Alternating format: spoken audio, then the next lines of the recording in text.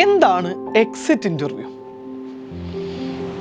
Exit interview പല സ്ഥാപനങ്ങളും നടത്താറുള്ളൊരു കാര്യമാണ്. അതൊരു ചടങ്ങിന് വേണ്ടി നടത്തുക എന്നതിനും അപ്പുറത്ത് കുറച്ച് സീരിയസ് ആയിട്ട് നമ്മളതിനെ കണ്ടു കഴിഞ്ഞാൽ നമുക്ക് നമ്മുടെ ബിസിനസ്സിനകത്ത്, നമ്മുടെ ഓർഗനൈസേഷനകത്ത്, സ്റ്റാഫ് മാനേജ്മെൻറ്റിനകത്ത് അല്ലെങ്കിൽ ലീഡർഷിപ്പിനകത്ത്, പ്രോസസ്സിനകത്തൊക്കെ വലിയ രീതിയിൽ മാറ്റങ്ങൾ വരുത്താൻ അത് വലിയൊരു ഇൻപുട്ടായിരിക്കും. അതിനകത്ത് എല്ലാം എടുക്കണം എന്നല്ല. അപ്പോൾ എന്താണ് എക്സിറ്റ് ഇൻ്റർവ്യൂ? എക്സിറ്റ് ഇൻ്റർവ്യൂ എന്ന് പറഞ്ഞു കഴിഞ്ഞാൽ സ്വാഭാവികമാണ്, നമ്മളുടെ അടുത്ത് രണ്ട് കാരണങ്ങൾ കൊണ്ട് ആളുകൾ നമ്മളെ അടുത്ത് പോകാം.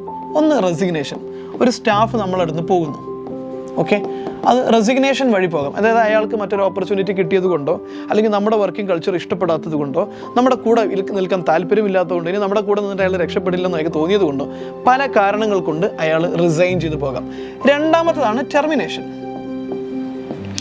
നമുക്കൊരാളുടെ പെർഫോമൻസ് ഇഷ്ടപ്പെട്ടില്ല അല്ലെങ്കിൽ അയാൾക്ക് കോൺട്രിബ്യൂഷനിൽ നമ്മൾ ഹാപ്പി അല്ല, അയാളുടെ പ്രൊഡക്ടിവിറ്റിയിലും റിസൾട്ടിലും നമ്മൾ ഹാപ്പി അല്ല. അപ്പോൾ അയാൾ നമ്മളോട് പറയുന്നു, ഇതാ തൻ്റെ പരിപാടിയൊക്കെ കഴിഞ്ഞു, ഈ തൻ്റെ കോൺട്രിബ്യൂഷനിൽ അത്ര ഹാപ്പി അല്ല, പക്ഷെ തനിക്ക് നല്ല ജോലി കിട്ടട്ടെ, താൻ അടുത്ത മാസത്തോടു കൂടി വരണ്ട എന്ന് പറഞ്ഞ് നമുക്ക് നോട്ടീസ് കൊടുത്ത് അയാളെ ടെർമിനേറ്റ് ചെയ്യണം.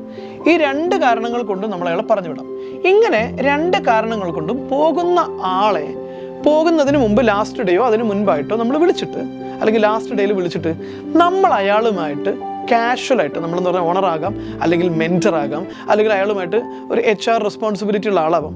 അയാൾ വളരെ കാഷ്വലായിട്ട് അയാളോട് ഒരു ഒഫീഷ്യൽ, കാരണം അയാൾക്ക് റെസ്പോൺസിബിലിറ്റി ഒന്നും ഇല്ലല്ലോ, ഇനി നിങ്ങളെ പേടിക്കേണ്ട കാര്യമില്ല, നിങ്ങളോട് ഓപ്പണായിട്ട് എല്ലാം പറയാം. അയാളുമായിട്ട് കാഷ്വലായിട്ട് നമ്മൾ ഓരോരോ കാര്യങ്ങൾ പ്രത്യേക ക്രൈറ്റീരിയ വെച്ചിട്ട് ചോദിച്ചറിയുന്നു.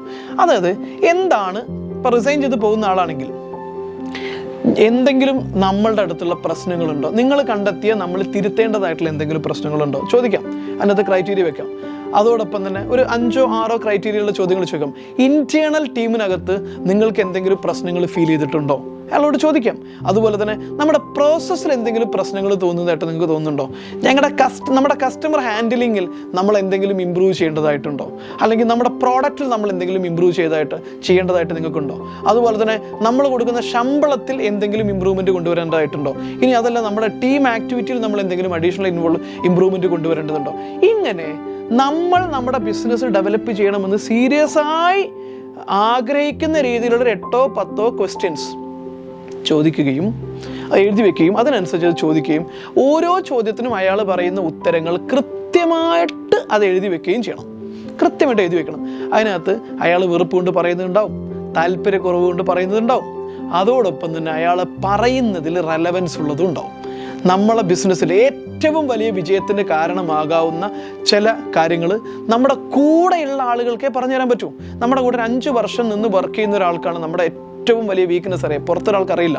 ഒരുപക്ഷെ നമ്മളെ ബിസിനസ് വളരാതിരിക്കുന്നത് ആ വീക്ക്നെസ് നമ്മൾ തിരുത്താത്തതുകൊണ്ടായിരിക്കും.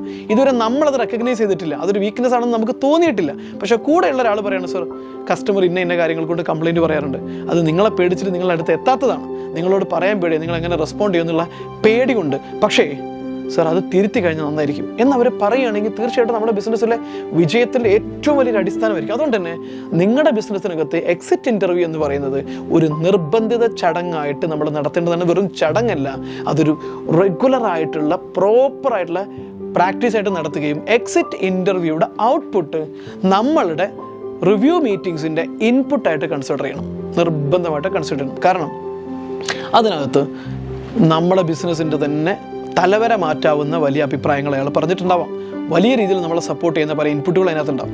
അതാണ് എക്സിറ്റ് ഇൻ്റർവ്യൂ എന്ന് പറയുന്നത്. സോ എക്സിറ്റ് ഇൻ്റർവ്യൂ സമയം കണ്ടെത്തുകയും വളരെ ഡീറ്റെയിൽ ആയിട്ടിരിക്കുകയും ആ ഇൻപുട്ടിനെ ആ ഔട്ട്പുട്ടിനെ നമ്മുടെ സ്ട്രാറ്റജിക് അല്ലെങ്കിൽ റിവ്യൂ മീറ്റിംഗ്സിൻ്റെ ഇൻപുട്ടാക്കി എടുത്തു കഴിഞ്ഞാൽ നമ്മുടെ ബിസിനസ്സിനെ ഗ്രോ ചെയ്യാൻ പറ്റും. സോ ഇങ്ങനെ നിങ്ങളുടെ ബിസിനസ്സിന് ആഴത്തിൽ സിസ്റ്റമാറ്റിക് ആയിട്ട് കൊണ്ടുപോകാൻ ആഗ്രഹിക്കുന്ന ഒരാളാണെങ്കിൽ തീർച്ചയായിട്ടും ഞങ്ങളുടെ ഒരുപാട് വീഡിയോസ് നമ്മൾ ഇതിനകത്ത് ചെയ്തിട്ടുണ്ട്. ഒരു ബിസിനസ് ഗ്രോ ചെയ്യാൻ സഹായിക്കുന്ന രീതിയിലുള്ള വീഡിയോസ് ഇതിന് മുൻപ് നിങ്ങൾക്ക് ചെയ്തിട്ടുണ്ട്, അത് കാണാവുന്നതാണ്. ഇനി അതല്ല, നിങ്ങൾക്ക് ഒരു പേഴ്സണൽ അറ്റൻഷനോട് കൂടിയിട്ട് ബിസിനസ്സിനെ ഗ്രോ ചെയ്യാൻ വേണ്ടി ഒരു കോച്ചിൻ്റെ ഒരു മെൻറ്ററിങ് ആവശ്യമുണ്ട് എന്ന് താല്പര്യമുണ്ടെങ്കിൽ നിങ്ങൾക്ക് എന്ത് ചെയ്യാം, ഞങ്ങളുടെ ഗ്രൂപ്പ് കോച്ചിങ് ആയിട്ടുള്ള ചാണക്യ പ്രീമിയം കോച്ചിങ്ങിൽ ജോയിൻ ചെയ്യാം.